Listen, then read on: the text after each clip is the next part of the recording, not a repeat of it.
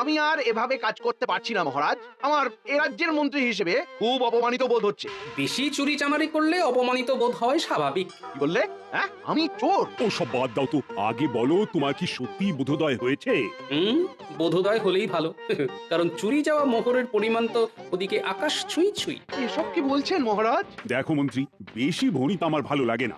যা বলার তা তাড়াতাড়ি বলুন মন্ত্রীমশাই। এ রাজ্যের একজন ভাঁড়ের বেতন মন্ত্রীর বেতনের প্রায় সমান সমান। তাদের দুজনের বেতনের ভেতরে ফারাক প্রায় নেই বললেই চলে। আমি তো ভাবছি ভাঁড়ের বেতন এই মাস থেকে মন্ত্রীর বেতনের থেকেও বেশ কিছুটা বাড়িয়ে দেব। মহারাজ, আমি বলতে বাধ্য হচ্ছি, আপনি কিন্তু একটু বেশি পক্ষপাতিত্ব করছেন। কোন রাজ্যে এমনটা হয় না।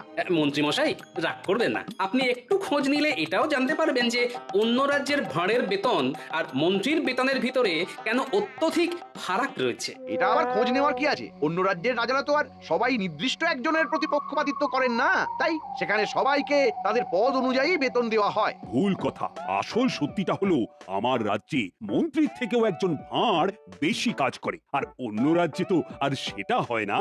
বরং আমাদের মহারাজকে এদিক থেকে ভালো বলতে হবে, কারণ উনি কাজের ভিত্তিতে বেতন দেন না। কি সর্বনাশ! যদি মহারাজ কাজের ভিত্তিতে বেতন দিতেন তাহলে মন্ত্রীমশাই ঘরে একদম শূন্য বেতনে যেতেন। মহারাজ, আপনিও হাসছেন? কোথায় আমার অসুবিধাটা একটু বোঝার চেষ্টা করবেন। দেখুন মন্ত্রী মশাই, আপনি না। থামো গোপাল, থামো। তোমার ওই মাথা ভর্তি টাক আর হাতির মতো। মন্ত্রী, তোমার এতবার বেড়েছে, নিজে একজন সভাসদ হয়ে আরেক সভাসদের চেহারা নিয়ে ব্যঙ্গ করছো। ছি ছি ছি ছি। না না না না না না, এসব আমি একদম বরদাস্ত করবো না। বেরিয়ে যাও, বেরিয়ে যাও আমার সভা থেকে। যাও যাও। মহারাজ, মহারাজ, আমার কথাটা একবার শুনুন। মহারাজ, না না, আমার আর কিচ্ছু শোনার নেই মন্ত্রী। তোমার মন কুমানসিকতায় ভরে গেছে। তোমার শুদ্ধাচারের প্রয়োজন। তুমি যদি নিজেকে এই ধরনের মনোবৃত্তি থেকে শুধরে নিতে পারো, তাহলেই আবার এই রাজসভায় ফিরো, না হলে নয়। আমায় মাফ করে দিন মহারাজ, এমনটা আর হবে না। ওই যে বললাম, নিজেকে পাল্টাতে পারলে ফিরে এস। তুমি এক কাজ করো, তীর্থে যাও, মনকে শুদ্ধ করো, তারপর ফিরো। আর হ্যাঁ, অশুদ্ধ মন নিয়ে শুদ্ধতার ভান করে এই রাজ্যে প্রবেশের পর যদি কোনো বাজে কাজে ধরা পড়ো, তাহলে মনে রেখো, তখন এই রাজ্য থেকে সোজা বার করে দেব। যাও যাও, এক্ষুনি বেরিয়ে যাও।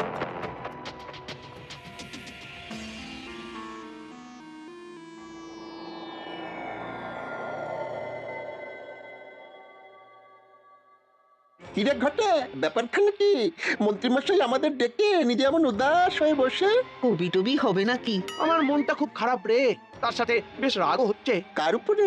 আরে গোপালের চেহারাটা যে হাতির মতো, সেটা বলতেই মহারাজ গেলেন চোটে। আমায় সব সভাসদদের সামনে তাড়িয়ে দিয়ে বললেন মনকে শুদ্ধ করে ফিরতে। ওই দুজনকে আমায় জব্দ করতেই হবে। বুঝেছি বুঝেছি, তাই আমাদের ডেকেছেন, তাই তো?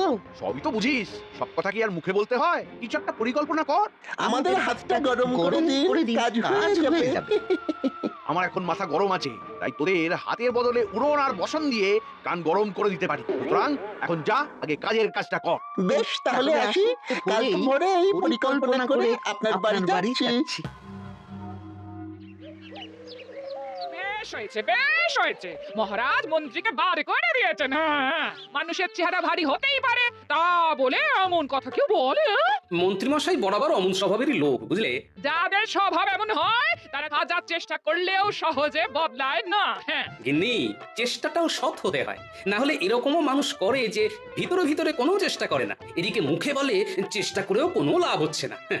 মানুষ চেষ্টা করলে সব পারে গিন্নি। তোমার সাথে মন্ত্রী মশাই এরকম করলে না আমার খুব খুব রাগ হয়। হ্যাঁ, না, এর জন্য আমার কোনো আক্ষেপই নেই গিন্নি। আমি আমার রাজ্যকে ভালোবাসি, তাই করি। তাছাড়া একজন রাজ্যবাসী হিসেবে এটা তো আমার কর্তব্য। সত্যি তোমার জন্য না আমার না খুব গর্ব হয় গো। আর আমারও তোমার জন্য। ওই ওই ওই ওই ওই, ওরা এসেছে, ওরা এসেছে। আয় আয় আয়। কিরে বটা, তোর হাতে এটা কি? এটা একটা বহু দূরের রাজ্যের মানচিত্র।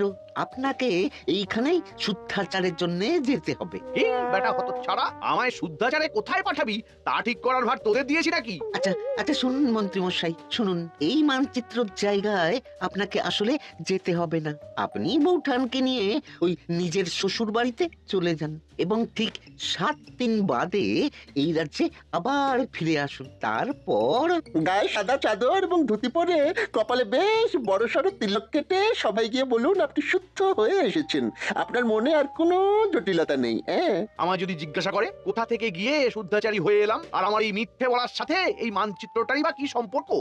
বলছি সব বলছি, শুনুন। মানচিত্রটায় যে রাজ্যটা আছে তার নাম পুণ্যি রাজ্য। সে রাজ্যের রাজা একজন পাগলা, তাই তার রাজ্যে যে যায় সে আর বেঁচে ফেরে না। হ্যাঁ, তাই আপনি যেদিন রাজসভায় যাবেন সেই দিন হাতে করে ওই মানচিত্রটা নিয়ে যাবেন এবং সবাইকে বলবেন এই রাজ্যে একজন গুরু থাকেন, তার সান্নিধ্যে গিয়েই আপনার এমন আমূল পরিবর্তন ঘটেছে। আর গুরুর নাম জিজ্ঞাসা করলে যাই হোক কিছু একটা ওই বানিয়ে বলে দেবেন, কেমন? আর বলবেন এই গুরু আমার সাথে বদমাশি করে করে তোরাও তো দারুণ পরিকল্পনা করতে শিখে গেছিস দেখছি। বাহ, এবার আমাদের মোহর দিন। পরিকল্পনা তো শুনেই নিলেন। এত তাড়াহুড়ো করিস কেন বলতো? বাইরে পরিকল্পনাটাও তো তাড়াহুড়ো করেই দিলাম, তার বেলায় একদম ঠিক। কাজ হবে, মোহর ছড়বে, এইটাই তো নীতি। দাঁড়া দাঁড়া দাঁড়া, আর বাজে বকিস না। কি বলছো গোপাল? মন্ত্রী সত্যি সত্যি মন পরিশুদ্ধ করতে তীর্থে গেছে? আগে হ্যাঁ মহারাজ, নিজের চোখে দেখে এলাম বাড়িতে তালা ঝুলছে, আর পাড়া প্রতিবেশীদেরও নাকি বলে গেছে যে সে নিজেকে পরিশুদ্ধ করতে স্ত্রীকে নিয়ে দিন সাতেকের জন্য তীর্থে যাচ্ছে। বাবা, আমার এক কথাতেই যে মন্ত্রী এভাবে তীর্থে যাবে ভাবতেই পারছি না। যাকে এখন মন্ত্রীর সুমতি হলেই হলো, কি বলেন? যা বলেছো। আচ্ছা মহারাজ, আমি তাহলে আজ আসি। হ্যাঁ, বেশ বেশ বেশ। ও গোপাল, একটা কথা ছিল। বলুন মহারাজ। বলছি যে যতদিন না মন্ত্রী ফিরছে তুমি কি আমার রাজ্যের নতুন মন্ত্রী হবে? ও বাবা, ক্ষমা করুন মহারাজ, আমি এই রাজ্যের ভাঁড় হিসেবেই ঠিক আছি, ওইসব ভারী ভারী পদে আমায় বসাবেন না মহারাজ। হ্যাঁ, আমি জানতাম তুমি ঠিক এই উত্তরটাই দেবে। বেশ গোপাল, ঠিক আছে, তুমি এখন আসতে পারো। গোপালকে রাজ্যের নতুন মন্ত্রী করতে চেয়েছিলেন, কিন্তু গোপাল রাজি হয়নি। এই গোপালটা মহা বদমাস, ওকে এই রাজ্য থেকে না তাড়ানো পর্যন্ত আমার শান্তি নেই। কালকে থেকে সবাই গিয়ে আপনি তো আপনার ওই নতুন রূপ দেখাবেন, সবাই দেখবেন গোলে জল। সবাই ভাববে আমি আমার সব জটিলতা কুটিলতা ঝেড়ে একদম শুদ্ধ মনে তীর্থ থেকে ফিরে এসেছি। হ্যাঁ মন্ত্রী মশাই, এদিকে আপনার জন্য একেবারে সাদা বস্ত্র প্রস্তুত করে রেখেছি। সকাল হলে সেই বস্ত্র পরে কপালে তিলক কেটে সবাই যাবেন, কেমন তো? এবং বলবেন হরে হরে হরে হরে, এই নিমিত্ত মাত্রকে মাগো ক্ষমা করে দিও। আর মনে করে মানচিত্রটা কিন্তু নিয়ে যাবেন, মনে রাখবেন ওইটাই কিন্তু মহারাজ এবং গোপালকে চিরতরে বিদায় দেওয়ার জন্য মূল অস্ত্র। আচ্ছা আচ্ছা আচ্ছা, বুঝেছি বুঝেছি। আমি এখনো অতটাও বুড়ো হইনি যে মানচিত্রের ব্যাপারটা বেমালুম। ভালো লাগছে, তোমরা এইভাবেই সবাই একে অপরের পাশে থেকে মন দিয়ে কাজ করে যাও। হ্যাঁ মহারাজ।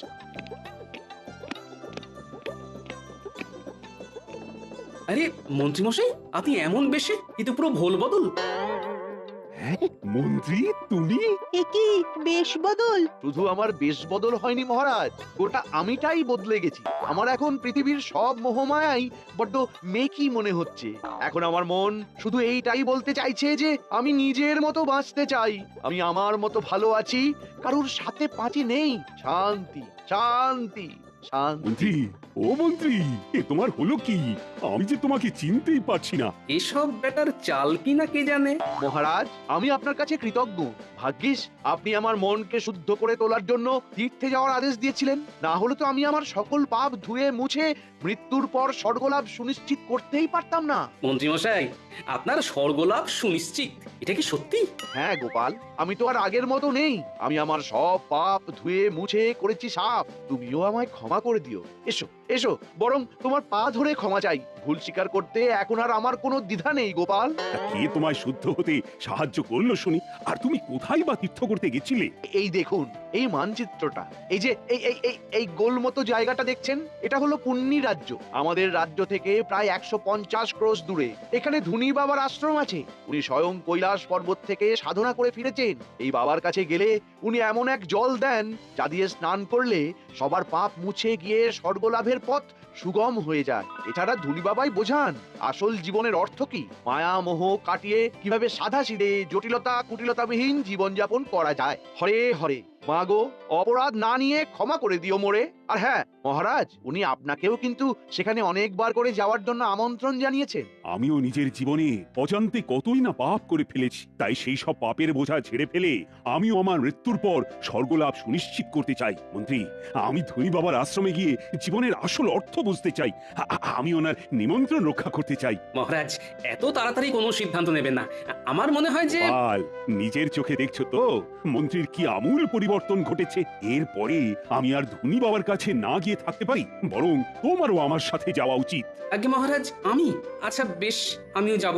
আমরাও যাবো মহারাজ। না না না, দেখো সবাই মিলে এক্ষুনি গেলে হবে না।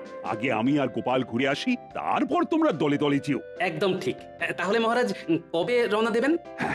কাল একদম ভোরেই রওনা দিতে চাই, বেশি দেরি করে তো লাভ নেই। আচ্ছা মন্ত্রী, আমি যেহেতু কদিন থাকছি না, তাই তুমি একটু কষ্ট করে রাজ্যটা সামাল দিও, কেমন? মহারাজ, আমায় আবার এসবের মধ্যে কেন জড়াচ্ছেন?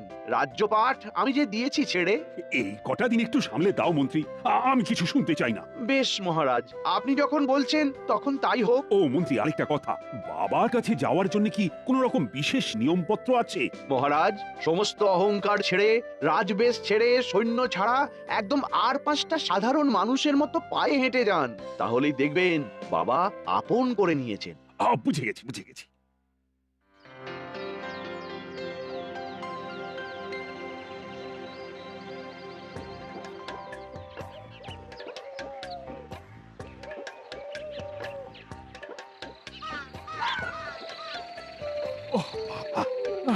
বাবা গো, মা গো, আর কতটা পথ গোপাল, হাঁটতে হাঁটতে পা ফুলে গেল তো। মহারাজ, বুঝতেই পারছি আপনার খুব কষ্ট হচ্ছে, কিন্তু আরেকটু কষ্ট করে ওই বট গাছটা পর্যন্ত তুলুন, তাহলে আপনি পুণ্যি রাজ্যে প্রবেশ করে ফেলবেন। ওই বট গাছটা থেকে শুরু হচ্ছে পুণ্যি রাজ্য। গোপাল, ও গোপাল, আজ রাত্রিটা থাকবো কোথায় বলো তো? ওই বট গাছের নিচে কি কাটাতে হবে? হ্যাঁ মহারাজ, আপাতত তাই তো মনে হচ্ছে, কারণ ত্রিসীমানায় তো কোনো বাড়ি দেখছি না। আর মানচিত্র অনুযায়ী আমরা পুণ্যি রাজ্যে প্রবেশ করলেও বাবার আশ্রম আরো খানিকটা দূরে রয়েছে মহারাজ, যেখানে আপনি কাল সকালের আগে যেতে পারবেন না। বেশ, তাহলে গাছের নিচে রাতটা কাটাই আর কি। পুণ্যি রাজ্যে এসে পুণ্য করতে একটু কষ্ট তো সইতেই হবে। একদম চিন্তা করবেন না মহারাজ, আপনি নিশ্চিন্তে ঘুমন, আমি জেগে আছি।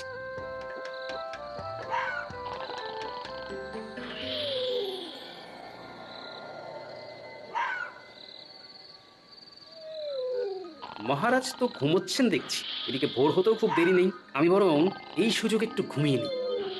এই গবা, কি করবি বলতো? রাত তো শেষ হতে চললো, এখনো আমাদের ওই দুজনের মধ্যে কেউ একটাও চোর ধরতে পারলাম না। দেখাবা, এরকম আমাদের পাগলা রাজার মতন কাউকে নিয়ম তৈরি করতে দেখেছিস? কি যে নিয়ম, প্রত্যেক প্রহরীকে কিনা বাধ্যতামূলক ভাবে প্রতি রাত্রে একটা করে চোর ধরতেই হবে। সত্যি আপাদ মস্তক খেপা রাজা। আরে আরে ওই গবা, ওই দেখ, দুজন লোক বট গাছের নিচে শুয়ে, ওদেরকে ভিনদেশি চোর বানিয়ে ধরে নিয়ে যাবি? তাই করি চল, না হলে আমরা আপাদমস্তক পেটে মার খাবো। চল চল ভৌরি বেটাদের। এই কে কে কে তোমরা হাত পা বাঁধছো কেন? আমরা কিছু করিনি, আমাদের বেঁধো না, ছেড়ে দাও। চল বেটা চল, চোর সাজবি চল।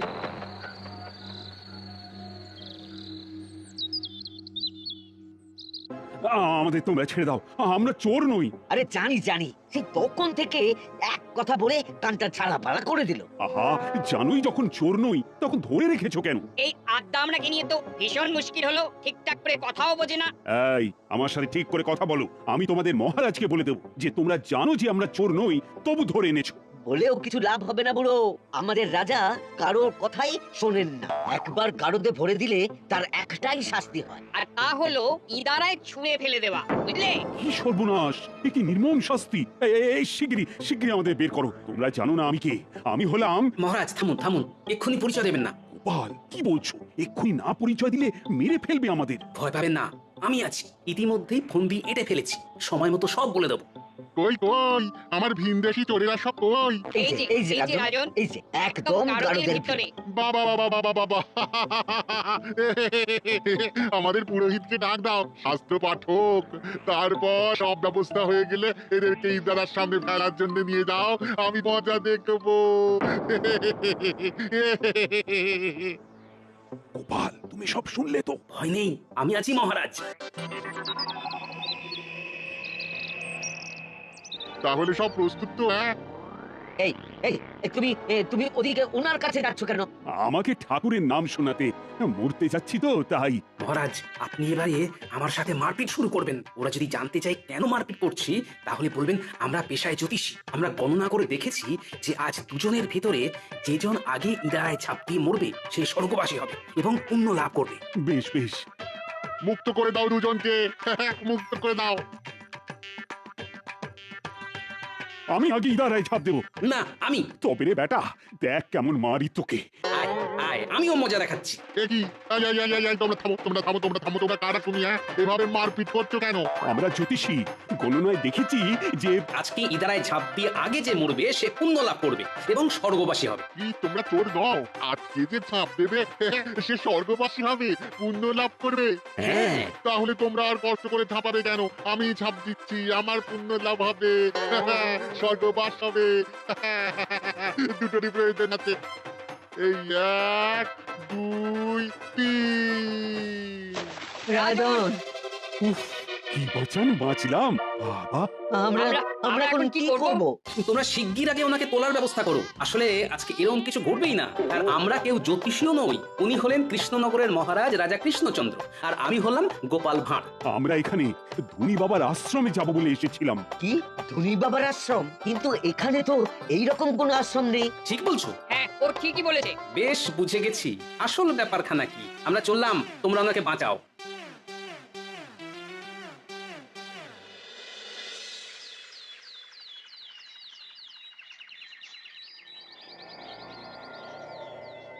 রে, তাহলে এই দুদিনে দুজনেই পটকে গেছে বল? পাগলা রাজা কাউকে আস্ত রাখে না, সবাইকে জোর অপবাদে ইনারায় ফেলে মারে। সব এখন ছাড়তো। এইদিকে ওই দুদিনের ভিতরেই মন্ত্রী মশাইয়ের চুরি করা মোহরের সংখ্যা দেখো, 9 করে 700টা।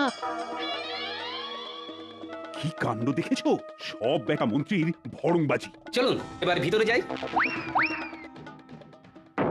এই বেটা মন্ত্রী, ষড়যন্ত্রী, এসব তোমার বদমাইশি।